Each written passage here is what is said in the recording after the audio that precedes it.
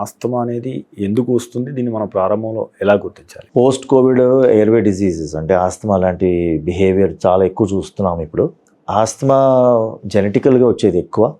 Asthma diagnosis అంత difficult కాదండి యాక్చువల్గా. మన కంట్రీలో ఆస్తమా అనే ఒక వర్డ్ వింటే అదొక స్టిగ్మా లాగా తయారైపోయింది.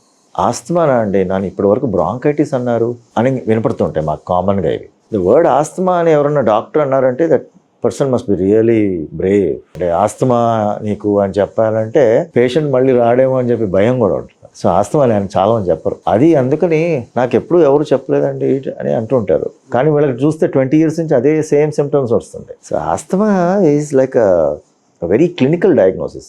ఈ టెస్ట్ చేస్తే వస్తుంది, ఈ ఎక్స్రే చేస్తే వస్తుంది అనేది కాదు అది ఆస్తమా అనేది. It's about patients history. Patient ఏం చెప్తే అది దాన్ని బట్టి ఆస్తమా డయాగ్నోస్ చేసేయచ్చు. ఓకే.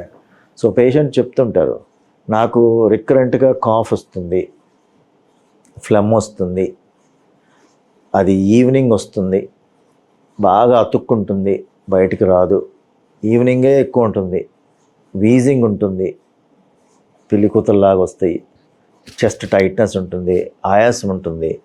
సో ఇవన్నీ చూస్తే ఓకే ఇది ఆస్తమా బిహేవియర్ లాగా ఉంది అని అనుకుంటాం అనమాట. So to add on to the diagnosis severity చూడటానికి కొన్నిసార్లు ఈ పల్మరీ ఫంక్షన్ టెస్ట్, ఈ ఎక్స్రేస్ ఒకటి చూస్తాము. కొంతమంది స్మోకర్స్ ఉంటారు, వాళ్ళు దానివల్ల కూడా ఈ ఆస్తమా లాగా సిమ్టమ్స్ వస్తూ ఉంటాయి. మీరు తీసుకునే అదే మందులు, అదే నాణ్యమైన మందులు మెడ్ ప్లస్ బ్రాండ్స్ పై సగం ధరకే.